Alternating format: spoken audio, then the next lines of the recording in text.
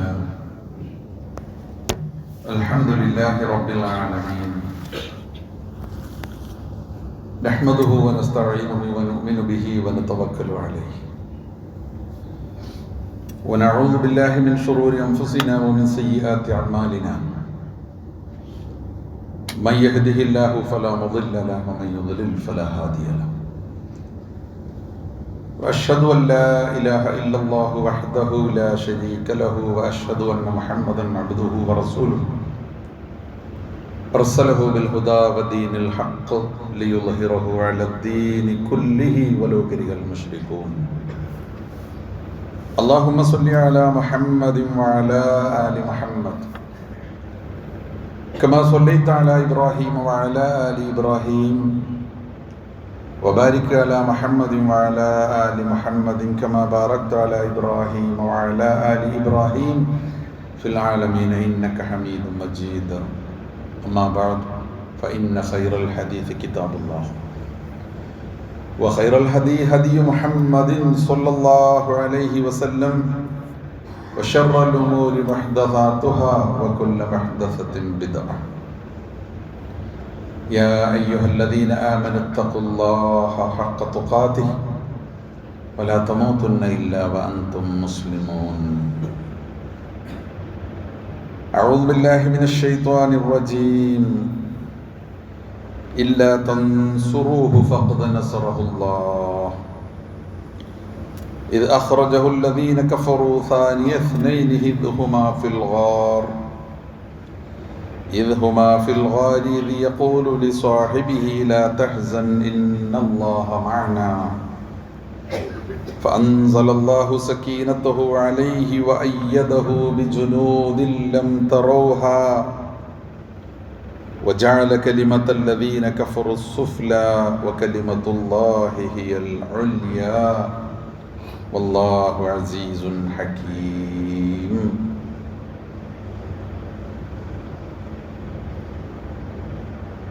ബഹുമാന്യ സഹോദരന്മാരെ, സഹോദരികളെ,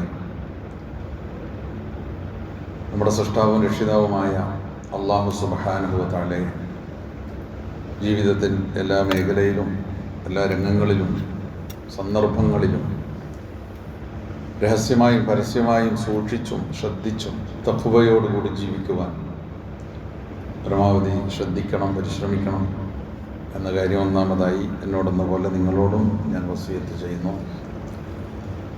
അല്ലാഹു സുബ്ഹാനഹു വ തആല മുഅ്മിനീങ്ങളും മുത്തഖീങ്ങളുമായി ജീവിക്കാൻ, ഈമാനോടുകൂടി മരിക്കാനുമുള്ള സൗഭാഗ്യം നമുക്ക് ഏവർക്കും പ്രദാനം ചെയ്ത് നമ്മെ അനുഗ്രഹിക്കുമാറാകട്ടെ. റസൂലുള്ളാഹി സ്വല്ലല്ലാഹു അലൈഹി വസല്ലമയുടെ ഹിജ്റയുമായി ബന്ധപ്പെട്ടുകൊണ്ടാണ് ഇപ്പോൾ നമ്മൾ സംസാരിച്ചുകൊണ്ടിരിക്കുന്നത്. തിരുനബി സല്ലല്ലാഹു അലൈഹി വസല്ലമ മക്കയിൽ നിന്ന് മദീനയിലേക്ക് നടത്തിയ ഹിജ്റ യാത്ര ആകസ്മികമായി പെട്ടെന്ന് സംഭവിച്ച ഒരു കാര്യമോ അല്ലെങ്കിൽ ഒരു രക്ഷപ്പെടലോ ഒളിച്ചോടലോ ഒന്നും ആയിരുന്നില്ല. അത് വളരെ ആസൂത്രിതമായി തയ്യാറാക്കിയ ഒരു പ്ലാനിൻ്റെ, ഒരു പദ്ധതിയുടെ അടിസ്ഥാനത്തിൽ നടന്നതാണ്. അതാണ് നമ്മളിപ്പോൾ കഴിഞ്ഞ ഖുത്ബയിൽ പറഞ്ഞത്. അപ്പം അതിൽ അള്ളാഹിൻ്റെ റസൂലിൻ്റെ ഒരു മാതൃക നമുക്കുണ്ട്. നമുക്ക് ഏതു വലിയ ലക്ഷ്യങ്ങളാണെങ്കിലും ആ ലക്ഷ്യങ്ങൾ നേടണമെന്ന ആഗ്രഹം നമുക്കുണ്ടെങ്കിൽ ആ ലക്ഷ്യം നേടാൻ ആവശ്യമായ ഒരുക്കങ്ങളും തയ്യാറെടുപ്പുകളും നമ്മൾ നടത്തണം. മനുഷ്യസാധ്യമായ എല്ലാ സംഗതികളും നമ്മൾ ചെയ്യണം. അതിനെക്കുറിച്ചാണ് കഴിഞ്ഞ ഖുത്ബയിൽ പറഞ്ഞത്. അതോടൊപ്പം അതിൽ പറയേണ്ട മറ്റൊരു ഭാഗം അതിലുണ്ട്. അതെന്താണ്? ഏതൊരു സംഗതിക്കും രണ്ട് ഭാഗങ്ങളുണ്ട്. ഒന്ന് മനുഷ്യ ചെയ്യേണ്ട കാര്യങ്ങളാണ്. രണ്ടാമത്തെ ഭാഗം അത് പടച്ച തമ്പുരാൻ അവൻ്റെ ഭാഗത്തു നിന്ന് പൂർത്തീകരിക്കേണ്ട കാര്യങ്ങളാണ്. ഇത് രണ്ടും ചേരുമ്പോഴാണ് ഏതൊരു സംഗതിയുടെയും വിജയം ഉണ്ടാകുന്നത്, ലക്ഷ്യം പൂർത്തീകരിക്കപ്പെടുന്നത്, ആഗ്രഹങ്ങൾ സഫലീകരിക്കപ്പെടുന്നത്, നമുക്ക് വിജയത്തിൽ എത്താൻ സാധിക്കുന്നത്. ഇപ്പം ഇവിടെ നബി സല്ലല്ലാഹു അലൈഹി വസല്ലം തിരുമേനി തനിക്ക് സാധ്യമായ എല്ലാ ഒരുക്കങ്ങളും നടത്തി, പദ്ധതികൾ തയ്യാറാക്കി, പ്ലാനുകൾ തയ്യാറാക്കി, ആവശ്യമായിട്ടുള്ള സൂത്രങ്ങളൊക്കെ പ്രയോഗിച്ചു. ന്യായമായി ചെയ്യാവുന്നതൊക്കെ നമ്മൾ കണ്ടു. പക്ഷെ ഇതൊക്കെ ചെയ്തിട്ടും നോക്കൂ, നബി സല്ലല്ലാഹു അലൈഹി വസല്ലം തിരുമേനിയെ പിടികൂടാൻ വേണ്ടി 4 ഭാഗത്തേക്കും ഓടിയ ആളുകൾ കാലടി പിന്തുടർന്നുകൊണ്ട് ഈ നബി സല്ലല്ലാഹു അലൈഹി വസല്ലമയും അബൂബക്കർ സിദ്ദീഖ് റളിയല്ലാഹു അൻഹുവും ഇരിക്കുന്ന ഈ ഗുഹയുടെ അടുത്ത് വരെ എത്തി. പിന്നെയാണ് അപ്പൊ ഗുഹയിൽ അവിടെ കയറിയിരിക്കുക. അതൊക്കെ മനുഷ്യർക്ക് ചെയ്യാൻ പറ്റുന്നൊക്കെ ചെയ്തു. പക്ഷെ അവിടെ അതൊക്കെയും ചിലപ്പോൾ പരാജയപ്പെട്ടു പോകുന്ന ആ പ്ലാനുകളും ഒരുക്കങ്ങളും സൂത്രങ്ങളും ഒക്കെ പരാജയപ്പെട്ടു പോകുമായിരുന്നു. ആ ഗുഹയുടെ അടുത്തേക്ക് എത്തിയ ആളുകൾ വെറുതെ ആ ഗുഹയിലേക്ക് ഒരു കൗതുകത്തിന് എഴുതി വെറുതെ ഒന്നങ്ങോട്ട് നോക്കിയാൽ എന്താണ് സംഭവിച്ചതെന്ന് വെച്ച് കഴിഞ്ഞാൽ അങ്ങോട്ട് നോക്കാൻ അവർക്ക് തോന്നിയില്ല. അപ്പൊ നമ്മൾ ചരിത്രത്തിൽ നമ്മൾ പഠിക്കുമ്പോൾ പഠിക്കും, അവിടെ അതിനുള്ളിൽ പ്രാവുകൾ മുട്ടയിട്ടിരുന്ന് അവര് ഈ ആളുകളെ കണ്ടപ്പോൾ അവര് പുറത്തേക്ക് പറന്നുപോയി. അപ്പോൾ മനുഷ്യരുള്ളിടത്ത് എങ്ങനെ പ്രാവുകൾ ഇരിക്കില്ലല്ലോ എന്ന് വിചാരിക്കുന്നു. തിരിച്ചും ചിന്തിക്കാമല്ലോ, ആ പ്രാവൊക്കെ ഇട്ടിട്ടുള്ളത് എന്താ ഗുഹ എന്ന് അങ്ങോട്ട് നോക്കാം. പ്രാവിന് മുട്ട ഉണ്ടോ എന്ന് വെറുതെ നോക്കാമല്ലോ. ചിലന്തി വല കെട്ടിയിരുന്നു എന്നാണ്. ചിലന്തി വല കെട്ടിയത് കൊണ്ട് ഒരു ഇടത്തേക്ക് നോക്കാൻ പറ്റില്ല എന്നല്ലല്ലോ. പക്ഷെ ഇങ്ങനെയൊക്കെ ഉണ്ടായിരുന്നു. അതിനൊക്കെ അപ്പുറത്തേക്ക് വേണമെങ്കിൽ, പക്ഷെ അവർക്ക് നോക്കാൻ തോന്നിയില്ല. അതെന്താണ് കാര്യം എന്ന് വെച്ച് കഴിഞ്ഞാൽ അവിടെയാണ് റബ്ബ് സുബ്ഹാനഹു വ തആലയുടെ പദ്ധതിയും പ്ലാനും പ്രാവർത്തികമാക്കുന്നത്. അതിനെക്കുറിച്ചാണ് അള്ളാഹുവിന്റെ റസൂൽ പറഞ്ഞ വിശുദ്ധ ഖുർആനിലെ സൂറത്ത് തൗബയിലെ ഒരു ആയത്ത്, ഇല്ലാ തൻസുറൂഹു ഫഖദ് നസറഹുല്ലാഹ്, നിങ്ങൾ അദ്ദേഹത്തെ സഹായിച്ചിട്ടില്ലെങ്കിൽ, അഥവാ അള്ളാഹുവിന്റെ റസൂലിനെ, റസൂലുള്ളാഹി സ്വല്ലല്ലാഹു അലൈഹി വസല്ലമയെ നിങ്ങൾ സഹായിച്ചിട്ടില്ലെങ്കിലും കുഴപ്പമില്ല, അല്ലെങ്കിൽ പ്രശ്നമല്ല, അതൊരു വിഷയമല്ല. ഫഖദ് നസറഹുല്ലാഹ്, അല്ലാഹു തആല സഹായിച്ചിട്ടുണ്ട്. അല്ലാഹു തആല നിർണായക ഘട്ടങ്ങളിലൊക്കെ റസൂലുള്ളാഹി സ്വല്ലല്ലാഹു അലൈഹി വസല്ലമയെയും വിശ്വാസികളെയും സഹായിച്ചിട്ടുണ്ട്. ഒരു സന്ദർഭം ഇതാണ്, ഇത് അഖ്റജഹുല്ലദീന കഫറൂ സാനിയ ഇസ്നൈൻ, സത്യനിഷേധികൾ അവരെ പുറത്താക്കിയ സന്ദർഭം, അഥവാ മക്ക വിട്ടു പോവേണ്ടി വന്ന സന്ദർഭം. അവർ 2 പേർ സാനി ഇസ്നൈൻ, 2-ൽ രണ്ടാമനായിട്ട് പ്രവാചകൻ സ്വല്ലല്ലാഹു അലൈഹി വസല്ലം, ഇദ് ഹുമാ ഫിൽ ഗാർ, അവർ 2 പേരും ആ ഗുഹയിൽ ഇങ്ങനെ ആയിരിക്കെ, ഇദ് യഖൂലു ലി സ്വാഹിബിഹി, 2-ൽ രണ്ടാമൻ അല്ലെങ്കിൽ 2-ൽ ഒന്നാമൻ രണ്ടാമനോട് പറയുന്നുണ്ട്, 2-ൽ ഒരാൾ മറ്റേയാളോട്, അഥവാ റസൂലുള്ളാഹി സ്വല്ലല്ലാഹു അലൈഹി വസല്ലമ തന്റെ കൂടെയുള്ള അബൂബക്കർ സിദ്ദീഖ് റളിയല്ലാഹു അൻഹുവിനോട് പറയുന്നുണ്ട്, ലാ തഹ്സൻ ഇന്നല്ലാഹ മഅനാ, ദുഃഖിക്കേണ്ട, അല്ലാഹു നമ്മോട് കൂടെയുണ്ട്. ഇതെന്താണ് സന്ദർഭം വെച്ചാൽ അബൂബക്കർ സിദ്ദീഖ് റളിയല്ലാഹു അൻഹു പേടിച്ചു പോയി. റസൂലുള്ളാഹി സ്വല്ലല്ലാഹു അലൈഹി വസല്ലം തിരുമേനി വളരെ ശാന്തനായിട്ടിരിക്കുന്നു. അള്ളാഹുവിന്റെ റസൂല് ശാന്തനായിട്ടിരിക്കുമ്പോൾ സ്വാഭാവികമായും അബൂബക്കർ സിദ്ദീഖ് റളിയല്ലാഹു അൻഹു ശാന്തനായിട്ടിരിക്കും. എന്നാൽ പോലും പ്രവാചകന്റെ നിലവാരം അബൂബക്കർ സിദ്ദീഖ് റളിയല്ലാഹു അൻഹു ഉണ്ടാവില്ല. നബിയെ നമ്മളെ കാണും, ഇതാ ഇവരിവിടെ അടുത്തെത്തി, അവരുടെ കാലുകൾ ഇങ്ങനെ കാണുന്നു. ആ ഗുഹയിലിരുന്ന് പുറത്തേക്ക് നോക്കിയാൽ അതിന്റെ വീഡിയോ ഒക്കെ പലരും പോയിട്ട് ചിത്രീകരിച്ചിട്ടുണ്ടല്ലോ. പുറത്തു കൂടി ആളുകൾ നടക്കുന്ന കാൽമുട്ടിന് താഴേക്ക് ഇങ്ങനെ കാണും. നബിയെ നമ്മളെ കണ്ടു, നമ്മൾ കുടുങ്ങി, നമ്മൾ പെട്ടു, നമ്മളെ കണ്ടുപിടിച്ചു. അപ്പൊ അള്ളാഹുവിന്റെ റസൂൽ അബൂബക്കർ സിദ്ദീഖ് റളിയല്ലാഹു അൻഹുവിനോട് പറയാണ്, ലാ തഹ്സൻ ഇന്നല്ലാഹ മഅനാ, ദുഃഖിക്കേണ്ട, പേടിക്കേണ്ട, അള്ളാഹു നമ്മോട് കൂടെയുണ്ട്. ഇത് നമ്മൾ 2 ആഴ്ച മുമ്പ് നമ്മളൊന്ന് പറഞ്ഞിട്ടുണ്ട്. ഖാല അസ്ഹാബു മൂസ ഇന്നാ ലമുദ്റകൂൻ, മൂസാ നബി അലൈഹി ഇസ്ലാമിന്റെ അനുയായികളും ഫിർഔനും സൈന്യവും തൊട്ടടുത്ത് എത്തി നിൽക്കെ മുഖാമുഖം നിന്നപ്പോ മൂസാ നബി അലൈഹി ഇസ്ലാമിന്റെ അനുയായികൾ പറഞ്ഞു, മൂസ നമ്മൾ പിടിക്കപ്പെട്ടു, ഇന്നാ ലമുദ്റകൂൻ. അപ്പൊ മൂസാ നബി പറഞ്ഞു എന്താ, ഖാല കല്ലാ ഇന്ന മഅിയ റബ്ബി സയഹ്ദീൻ, നമുക്ക് ഓർമ്മയുണ്ടല്ലോ, എൻ്റെ കൂടെ എൻ്റെ റബ്ബുണ്ട്, അവൻ എനിക്കൊരു വഴി കാണിച്ചു തരും, പെടൂല. ആ മൂസാ നബി അലൈഹി ഇസ്ലാം പറഞ്ഞതിന്റെ വേറൊരു വാചകമാണിത്, ലാ തഹ്സൻ ഇന്നല്ലാഹ മഅനാ. ഇത് നമ്മൾ ഓർത്തു വെക്കേണ്ടുന്ന വാചകമാണ്. ഏത് സന്ദർഭത്തിലാണ് ഇത് ഓർത്തു വെക്കേണ്ടതെന്നറിയോ? ജീവിതത്തിൻ്റെ പ്രതിസന്ധി ഘട്ടങ്ങളിൽ ഓർത്തു വെക്കണം. അത് നമുക്ക് ഉപകാരപ്പെടാം. നമ്മുടെ വീട്ടിൽ എഴുതി വെക്കണം, നമ്മുടെ വാതിലിൽ എഴുതി വെക്കണം, നമ്മുടെ കമ്പ്യൂട്ടറിൽ മോണിറ്ററിൽ എഴുതി വെക്കണം, നമ്മുടെ മൊബൈലിൽ എഴുതി വെക്കണം. ഇതൊന്നും ഇല്ലെങ്കിൽ നമ്മുടെ മനസ്സിലുണ്ടാവണം, ലാ തഹ്സൻ ഇന്നല്ലാഹ മഅനാ.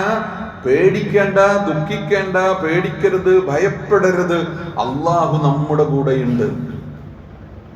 അള്ളാഹു താല നമ്മളെ രക്ഷിക്കും, അവൻ നമുക്ക് വഴി കാണിക്കും, അവൻ നമ്മുടെ കാര്യങ്ങളെ ഏറ്റെടുക്കും. എപ്പോഴാണ് ആ ഏറ്റെടുക്കൽ എന്നറിയോ? ആ ഏറ്റെടുക്കാൻ 2 കാര്യങ്ങൾ ഉണ്ടാവണം. ലാ തഹ്സൻ ഇന്നല്ലാഹ മഅനാ. ദുഃഖം വേണ്ട, പേടി വേണ്ട, അള്ളാഹ് നമ്മുടെ കൂടെ ഉണ്ട് എന്ന് പറയാ, വിശ്വസിക്കുക, അതങ്ങോട്ട് ഉൾക്കൊള്ളുക. പക്ഷെ അങ്ങനെ ചെയ്യണമെങ്കിൽ, അങ്ങനെ പറയണമെങ്കിൽ 2 കാര്യങ്ങൾ നമ്മൾ ചെയ്തിട്ടായിരിക്കണം. ഒന്ന്, മനുഷ്യർക്ക് ചെയ്യാൻ പറ്റുന്നതൊക്കെ, മനുഷ്യരെന്ന നിലക്ക് നമുക്ക് ചെയ്യാൻ പറ്റുന്നതൊക്കെ നമ്മൾ ചെയ്തിട്ടായിരിക്കണം. ഇതിന് തവക്കുൽ എന്നാണ് പറയുക. ഒരു കാര്യം അള്ളാഹുവിനെ ഏൽപ്പിച്ചു. നമ്മൾ പണ്ടൊക്കെ വീട്ടിലും ബസ്സിലും വണ്ടിയിലും ഒക്കെ നമ്മൾ എഴുതി, ഇപ്പൊ അങ്ങനെ കാണാറില്ല. തവക്കൽതു അലല്ലാഹ്, അത് നല്ലതാ. തവക്കൽതു അലല്ലാഹി ഇന്നി തവക്കൽതു അലല്ലാഹി, അല്ലേ? ഞാൻ എൻ്റെ റബ്ബിൽ ഏൽപ്പിച്ചിരിക്കുകയാണ്, റബ്ബിൽ ഞാൻ ഏൽപ്പിച്ചിരിക്കുന്നു, റബ്ബിൽ ഞാൻ അർപ്പിച്ചിരിക്കുന്നു, ഞാൻ അവനിൽ ഭരമേൽപ്പിച്ചിരിക്കുന്നു, ഞാൻ അവന് തവക്കുൽ ചെയ്തിരിക്കുന്നു. തവക്കുല. പക്ഷെ തവക്കുൽ എന്ന് പറഞ്ഞാൽ എന്താണെന്നറിയോ? തവക്കുൽ എന്ന് പറഞ്ഞാൽ മനുഷ്യൻ ചെയ്യേണ്ടതൊക്കെ ആദ്യം ചെയ്യണം. ഇവിടെ നബി സല്ലല്ലാഹു അലൈഹി വസല്ലം നമ്മളെ പഠിപ്പിക്കുന്നതല്ലേ, നോക്കൂ, ഇനി ഒന്നും ചെയ്യാൻ ബാക്കിയില്ല. മനുഷ്യര് നമ്മളായിട്ട് ചെയ്യേണ്ടതൊക്കെ ചെയ്തിട്ട് വേണം അള്ളാഹിനെ ഏൽപ്പിക്കാൻ. നമ്മളായിട്ട് ചെയ്ത്, ഒട്ടകത്തെ കെട്ടിയിട്ടിട്ട് വേണം നിങ്ങൾ തവക്കുൽ ചെയ്യാൻ എന്ന് നബി സല്ലല്ലാഹു അലൈഹി വസല്ലം പറഞ്ഞു. ഒട്ടകത്തെ അതിനെ കുറ്റിയിട്ട് ശരിക്കും ഭദ്രമായിട്ട് കെട്ടണം. എന്നിട്ട് പിന്നെ അത് പൊട്ടിച്ചു പോകാതിരിക്കാനും അഴിഞ്ഞു പോകാതിരിക്കാനും വേണ്ടി നിങ്ങൾ അള്ളാഹുവിനെ ഏൽപ്പിക്കണം. നമ്മൾ ചെയ്യേണ്ടതൊക്കെ ചെയ്തിട്ട് വേണം. അതാ തവക്കുൽ. അതാണ് തവക്കുൽ. നമുക്ക് നമ്മളായിട്ട് ഒന്നും ചെയ്യാതെ നിഷ്ക്രിയമായിട്ട് ഇരുന്നിട്ട് അള്ളാഹുവിൽ തവക്കുലാക്കാം, അല്ലേ? വളരെ അലക്ഷ്യമായിട്ട് വാഹനം ഓടിക്കാം, എന്നിട്ട് ഞാൻ അള്ളാഹുവിൽ തവക്കുലാക്കിക്കുക, പറ്റുമോ? റോങ് സൈഡിൽ വാഹനം ഓടിക്കുക, ട്രാഫിക് നിയമങ്ങളൊക്കെ ലംഘിക്കുക, അമിത മേഖലയിൽ വാഹനം ഓടിക്കുക. തവക്കൽതു അലല്ലാഹ്, ഞാൻ അള്ളാഹുവിൽ തവക്കുൽ ചെയ്തിരിക്കുന്നു, പറ്റുമോ? ഇല്ല. നിങ്ങൾ എത്ര നിങ്ങൾക്ക് ശ്രദ്ധിക്കാവുന്നതൊക്കെ ശ്രദ്ധിച്ചിട്ട് എന്നാൽ തന്നെ ഈ നിങ്ങളറിയാതെ മറ്റേ ഭാഗത്തുനിന്ന് റോങ്ങിൽ വന്ന് നിങ്ങൾ ഇടിക്കും. അപ്പൊ അള്ളാഹു തആല അതിൽ നിങ്ങളെ കാക്കും. നിങ്ങൾ തവക്കുലാക്കിയിട്ടുണ്ടെങ്കിൽ. നിങ്ങൾ തോന്നിയാസം കാണിച്ചിട്ട് തവക്കൽതു അലല്ലാഹ് എന്ന് പറഞ്ഞാൽ പറ്റൂല. നമ്മൾ പാലിക്കാവുന്നതും നമ്മൾ ശ്രദ്ധിക്കാവുന്നതും സൂക്ഷിക്കാവുന്നതും ഒക്കെ ജീവിതത്തിൽ നമ്മൾ എത്തിപ്പിടിക്കേണ്ട ലക്ഷ്യങ്ങളിലേക്ക് നമുക്ക് എത്തണം. ദുനിയാവിൽ നമുക്ക് പുരോഗതി വേണം, നമുക്ക് നേട്ടങ്ങൾ വേണം, നമ്മളെ കുടുംബവും കുട്ടികളും നന്നായിട്ട് ജീവിക്കണം, ഒക്കെ വേണ്ടേ? ഒക്കെ വേണമെങ്കിൽ എന്ത് ചെയ്യണം? അള്ളാഹുവിൽ തവക്കുൽ ചെയ്യണം. മതിയോ? അള്ളാഹുവിൽ തവക്കുൽ ചെയ്യുന്നതിന്റെ മുമ്പ് നമ്മൾ ചെയ്യേണ്ടതൊക്കെ ചെയ്യണം. ഒരു കൂട്ടര്, കുറച്ച് ആളുകൾ മദീന പള്ളിയിൽ വന്നിരുന്നു. ഉമർ റളിയല്ലാഹു അൻഹുവിന്റെ ഖിലാഫത്ത് കാലത്ത് യമനിൽ നിന്ന് വന്നവരാണ്. എവിടുന്നാ വന്നവര്? നാട്ടുകാരല്ലല്ലോ, പരിചയപ്പെട്ടു, ഞങ്ങൾ യമനിൽ നിന്ന് വന്നവരാ. ഓക്കെ, അങ്ങനെ പള്ളിയിൽ ഇങ്ങനെ ഇന്നിരുന്നു നാളെ ഇരുന്ന് പോകുന്നില്ല, പള്ളിയും അങ്ങനെ ചെലവഴിച്ചുകൊണ്ട് അങ്ങനെ. അപ്പോ ഉമർ റളിയല്ലാഹു അൻഹു ചോദിച്ചു, അപ്പൊ നിങ്ങൾ അങ്ങനെ വന്ന് പള്ളിയിലൊക്കെ ഇരുന്ന്, അപ്പൊ നിങ്ങൾക്ക് കുട്ടികളും കുടുംബമൊക്കെ ഉണ്ടോ? കുട്ടികളും കുടുംബമൊക്കെ ഉണ്ട്, അവരുടെ ജീവിത മാർഗം, ഭക്ഷണവും ചെലവും കാര്യങ്ങളൊക്കെ അവർക്ക് ജീവിക്കാനുള്ള വകയും മാർഗമൊക്കെ ഉണ്ടോ? അതൊന്നുമില്ല. അപ്പൊ പിന്നെ അവരെങ്ങനെ ജീവിക്കും? ഞങ്ങൾ അള്ളാഹുവിൽ തവക്കുലാക്കി. റളിയല്ലാഹു ചെയ്ത പണി എന്ന് വെച്ചാൽ കയ്യിലുണ്ടായിരുന്ന വടി കൊണ്ട് അവരെ അടിച്ചു ഓടിച്ചു എന്നാണ്. എവിടുന്ന ഈ തവക്കുൽ? എന്ത് തവക്കുലാണിത്? നിങ്ങൾ ചെയ്യേണ്ടത്, നിങ്ങളൊന്നും ചെയ്യാതെ നിങ്ങൾ അള്ളാഹുവിനെ തവക്കുലാക്കി കുട്ടികളെയും കുടുംബത്തെയും പട്ടിണി കിട്ടിട്ട് നിങ്ങൾ നിസ്കരിച്ച് നിങ്ങൾ ഇങ്ങനെ ആർക്കേ? നിങ്ങൾ ചെയ്യേണ്ടത് നിങ്ങൾ ചെയ്തിട്ട് വേണം നിങ്ങൾ അള്ളാഹുവിൽ തവക്കുലാക്കാൻ എന്ന് ഉമർ റളിയല്ലാഹു അൻഹു അവരെ അപ്പൊ തവക്കുലിന്റെ അർത്ഥം പറയാനൊന്നുമല്ല, ഇറങ്ങി ഓടണമെന്ന് പറഞ്ഞിട്ട് അങ്ങനെ ചെയ്തെന്ന്. അദ്ദേഹത്തിന്റെ ഒരു ശൈലി അങ്ങനെയായിരുന്നു ഉമർ റളിയല്ലാഹു അൻഹുവിന്റെ ശൈലി. യഥാർത്ഥ തവക്കുൽ എന്ന് പറഞ്ഞാൽ എന്താ? നബി സല്ലല്ലാഹു അലൈഹി വസല്ലം തിരുമേനി പഠിപ്പിച്ച ഒരു ഹദീസ് ഉണ്ട്. ആ ഹദീസ് കേട്ടാൽ നമുക്ക് മനസ്സിലാവും. ആ ഹദീസിന്റെ ആദ്യം പറഞ്ഞു കഴിഞ്ഞാലുണ്ടല്ലോ, ഈ പറഞ്ഞ മാതിരിയാണ്. കുട്ടികളെയും കുടുംബത്തെയും ഒക്കെ ഒഴിവാക്കി ചെയ്യേണ്ടതൊന്നും ചെയ്യാതെ പണിക്കൊന്നും പോകാതെ വെറുതെ കുറച്ച് ചൂടുണ്ട് മൂടി കിടന്നിട്ട് അള്ളാഹുവിന്റെ തവക്കുലാക്കി എന്ന് പറഞ്ഞ ആ ഒരു സംഗതി ഹദീസിന്റെ പകുതി കേട്ടാൽ നമുക്ക് തോന്നും. പക്ഷെ ഹദീസിന്റെ മുഴുവൻ കേൾക്കുമ്പോൾ മനസ്സിലാക്കും യഥാർത്ഥത്തിൽ എന്താണ് തവക്കുൽ. ഹദീസ് പുതിയതൊന്നുമല്ല, നമ്മൾ ധാരാളം കേട്ടിട്ടുള്ളതാ. ഒന്നും കൂടെ പറയാം. ലൗ അന്നകും തതവക്കലൂന അലല്ലാഹി ഹഖ്ഖ തവക്കുലിഹി ലറസഖകും കമാ യർസുഖു തയ്ർ. നിങ്ങൾ ശരിയായ വിധത്തിൽ അള്ളാഹുവിൽ തവക്കുൽ ചെയ്താൽ അല്ലാഹു സുബ്ഹാനഹു വ തആല പക്ഷികൾക്ക് ആഹാരം നൽകുന്നത് പോലെ നിങ്ങൾക്ക് ആഹാരം തരും. പക്ഷികൾ വിതക്കുന്നില്ല, കൊയ്യുന്നില്ല, ഒരു പണി ചെയ്യുന്നില്ല, അല്ലെ? പക്ഷെ അവർക്ക് അവരുടെ വിഭവം, അവരുടെ ആഹാരം, അവർക്ക് ജീവിക്കാനായതൊക്കെ കിട്ടുന്നുണ്ട്. എങ്കിൽ നിങ്ങളും അല്ലാഹുവിൽ തവക്കുൽ ചെയ്താൽ അല്ലാഹു തആല അതുപോലെ നിങ്ങൾക്കും തരും. അപ്പൊ പിന്നെ പണിക്കൊന്നും പോണ്ട. പക്ഷികൾക്ക് കൊടുക്കുന്ന പോലെ അള്ളാഹ് നമുക്കും തരും. നമ്മൾ എന്ത് ചെയ്താൽ മതി? തവക്കുൽ ചെയ്താൽ മതി. പക്ഷെ നബി സല്ലല്ലാഹു അലൈഹി വസല്ലം തിരുമേനി പറഞ്ഞെന്താണെന്നറിയോ? തഗ്ദൂ ഖിമാസൻ വതറൂഹു ബിതാന. രാവിലെ കാലിയായ വയറുമായി അവർ പുറപ്പെട്ടു പോകും. എന്നിട്ട് വൈകുന്നേരം നിറഞ്ഞ വയറോടെ അവരുടെ കൂട്ടിലേക്കും അവരുടെ വിശ്രമ കേന്ദ്രത്തിലേക്കും അവർ തിരിച്ചു വരും. രാവിലെ കാലിയായ വയറുമായിട്ട് പോകണം. നേരം വെളുത്തിട്ട് പിന്നെ കിടക്കൂല, ഒരു പക്ഷിയും കിടക്കൂല, അല്ലെ? പിന്നെ അവർ കിടക്കൂല. വൈകുന്നേരം ആകുമ്പോഴേ അവര് വിശ്രമം തുടങ്ങും, ഉറക്കം തുടങ്ങും. എന്നാൽ പ്രകൃതി എങ്ങനെയാണല്ലോ. ശരിക്കും നമ്മൾ മാത്രമാണ് ഈ പ്രകൃതിക്ക് വിരുദ്ധമായിട്ട് ഒരുപാട് കാര്യങ്ങൾ ചെയ്തുകൊണ്ടിരിക്കുന്നത്. രാത്രി വിശ്രമത്തിനും പകൽ അധ്വാനത്തിനും എന്നത് പ്രകൃതിയാണ്. ജന്തുജീവജാലങ്ങളുടെ ഒക്കെ പ്രകൃതി അതിൽ നിന്ന് വിരുദ്ധമായി ഒറ്റപ്പെട്ട ചില ജീവികൾ മാത്രമേ ഉള്ളൂ. അപ്പൊ പക്ഷികളൊക്കെ വൈകുന്നേരം ആകുമ്പോൾ കയറിയിട്ട് വിശ്രമം തുടങ്ങും, ഉറക്കം തുടങ്ങും. നേരം പുലരുന്നത് വെളിച്ചം വെക്കുന്നതിന്റെ മുമ്പ് അവരുടെ ആഹാരം തേടിപ്പോകും. ആ തേടിയിട്ടുള്ള യാത്ര പിന്നെ കുറച്ചും കൂടി അലാറം ഓഫാക്കിയിട്ട് കുറച്ചും കൂടി കിടക്കുന്ന പരിപാടി പിന്നില്ല. അവർ ഉറങ്ങി എഴുതിയിട്ട് പോവുക, അവരോടുക, അവർ പറക്കുകയാണ്, അവരന്വേഷിക്കുകയാണ്. അതിസാഹസികമായ യാത്രയാണ്, അപകടം പിടിച്ച യാത്രയാണ്. പലപ്പോഴും അപകടത്തിൽപ്പെടും.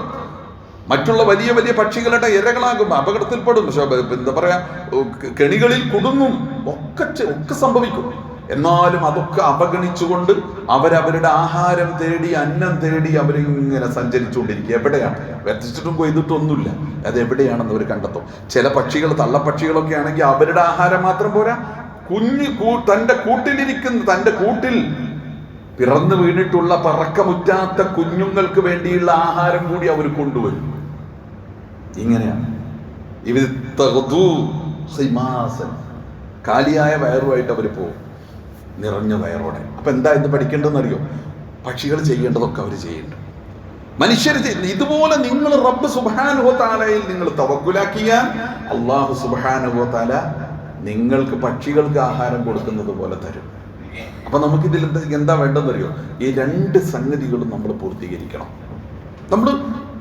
നമുക്ക് സാധ്യമായതൊക്കെ ചെയ്യണം. ദുനിയാവിൽ നമുക്ക് ലക്ഷ്യമുണ്ടെങ്കിൽ, നമുക്ക് നേട്ടം ഉണ്ടാവണമെങ്കിൽ, നമ്മൾ പുരോഗതിപ്പെടണമെങ്കിൽ നമ്മളായിട്ട് ചെയ്യേണ്ടതൊക്കെ ചെയ്യണം. പക്ഷേ അതിനെ മാത്രം അവലംബിക്കരുത്. ഒന്നും നടക്കൂല.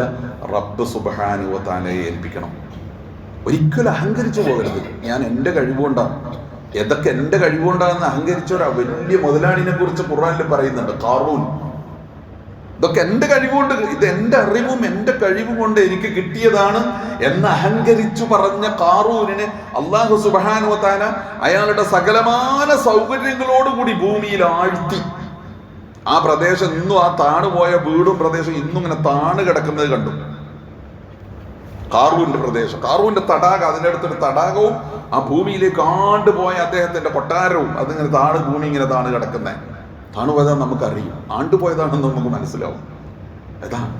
അതെന്താ ഖാറൂൻ പറഞ്ഞു എന്നറിയോ? ഇതൊക്കെ എൻ്റെ കഴിവുകൊണ്ട് ഞാൻ നേടിയാണ്. സ്വന്തം കഴിവുകൊണ്ട് എന്തെങ്കിലും നേടുമെന്ന് വിചാരിച്ചു പോകരുത്. അത് അഹങ്കാരമാണ്, അത് ധിക്കാരമാണ്. ഞാനൊന്നുമല്ല, നമ്മളൊന്നുമല്ല. ഒരു സെക്കൻഡ് മുന്നോട്ട് പോകാൻ, അല്ലെ, ഇവിടുന്ന് ഇറങ്ങി റോഡ് അങ്ങോട്ട് ക്രോസ് ചെയ്ത് അപ്പുറത്ത് എത്തുന്നുള്ളതിന് ഒരു ഗ്യാരണ്ടി ഇല്ലല്ലോ. ആ കോലത്തിലാണ് നമ്മുടെ ജീവിതം എന്ന് പറഞ്ഞാൽ. എല്ലാ കാര്യത്തിനും എൻ്റെ റബ്ബിന്റെ തുണ. അതിനെക്കുറിച്ചാണ് പ്രവാചകന്മാരൊക്കെ പറഞ്ഞത്. വിശുദ്ധ ഖുർആൻ സത്യവിശ്വാസികളുടെ ഒരു സ്വഭാവമായിട്ട് എടുത്തു പറഞ്ഞത് എന്താണെന്നറിയോ? ഹസ്ബി അല്ലാഹു വ നിഅമൽ വക്കീൽ. ഇതും പറഞ്ഞുകൊണ്ടിരിക്കണം. ലാ തഹ്സൻ ഇന്നല്ലാഹ മഅനാ എന്ന് മനസ്സിൽ സൂക്ഷിക്കണമെന്ന് പറഞ്ഞതുപോലെ നമ്മുടെ മനസ്സിൽ സൂക്ഷിക്കേണ്ട ഒരു കാര്യമാണ് ഹസ്ബി അല്ലാഹു വ നിഅമൽ വക്കീൽ. എനിക്ക് റബ്ബ് മതി, അവനാണ് ഏറ്റവും നല്ല വക്കീൽ. വക്കീൽ എന്ന് പറഞ്ഞാൽ എന്താ? വക്കീൽ ഈ വക്കീൽ തന്നെ. നമ്മളെ കാര്യം ഏൽപ്പിച്ചിട്ട് നമുക്ക് വേണ്ടി പണിയെടുക്കുന്ന ആളാണ് വക്കീൽ. നമുക്ക് വേണ്ടി കേസ് വാദിക്കാനും ജയിക്കാനും തെളിവ് കൊടുക്കാനും ആ വക്കീൽ, അല്ലേ?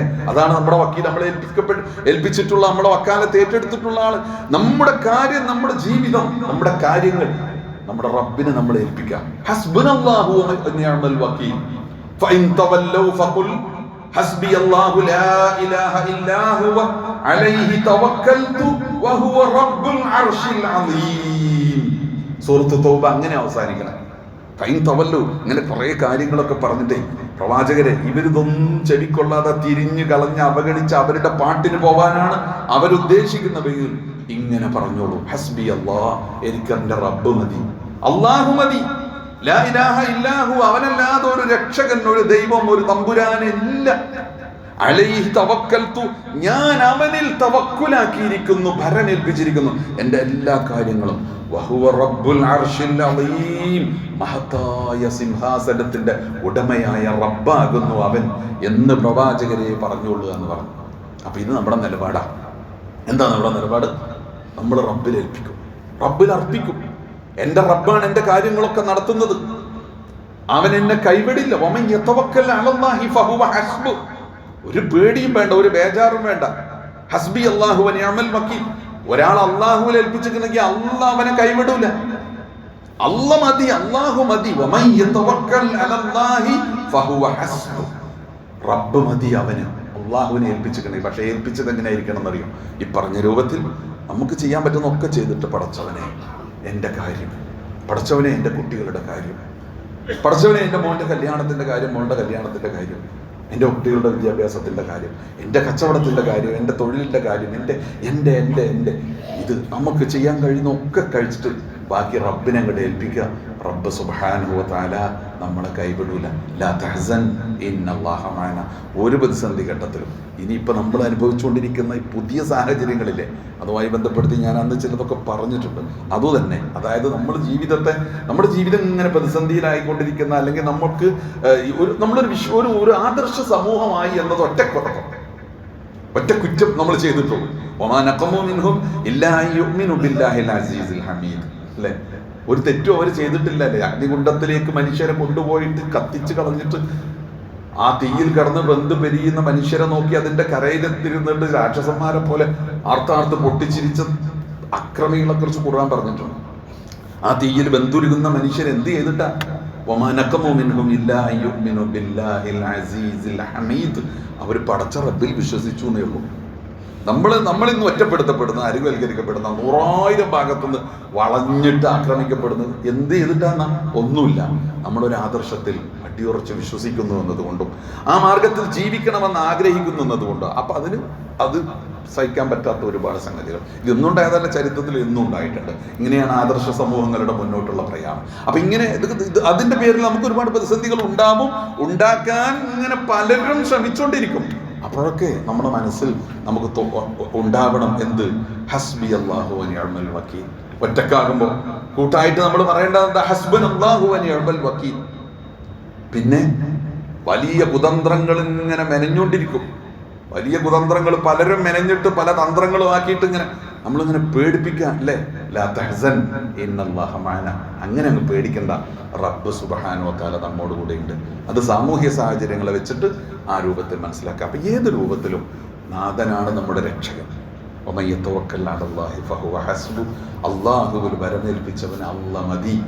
ഇത് ഹിജ്റയിലൂടെ റസൂലുള്ളാഹി സ്വല്ലല്ലാഹു അലൈഹി വസല്ലം തിരുമേനി നമ്മളെ പഠിപ്പിച്ചിട്ടുള്ള മറ്റൊരു കാര്യമാണ്. ഇതൊരു പോയിന്റാണ് ഈ ഹിജ്റയുമായി ബന്ധപ്പെട്ടുകൊണ്ട് മനസ്സിലാക്കേണ്ടത്. അതുകൂടി ഇപ്പം സൂചിപ്പിക്കാൻ ബാക്കിയുള്ള 2 കാര്യങ്ങൾ ഇൻഷാ അല്ലാഹ് വഴി അല്ലാഹു സുബ്ഹാനഹു വ തആല നമ്മളെ അനുഗ്രഹിക്കുമാറാകട്ടെ. അഖൂലു ഖൗലി ഹാദാ വഅസ്തഗ്ഫിറുല്ലാഹൽ അദീമ ലി വലക്കും അസ്തഗ്ഫിറൂഹു ഇന്നഹു ഹുവൽ ഗഫൂറുർ റഹീം.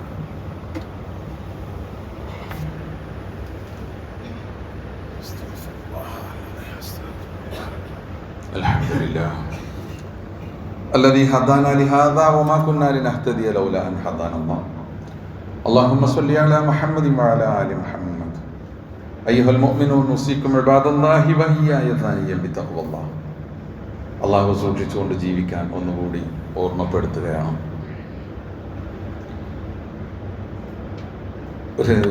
എന്താ പറയുക, ഇങ്ങനെ കയറി വന്നിവിടെ അങ്ങനെ ഇരിക്കുമ്പോഴേ ഒരു ഫോൺ കോള് അങ്ങനെ വരികയാണ്.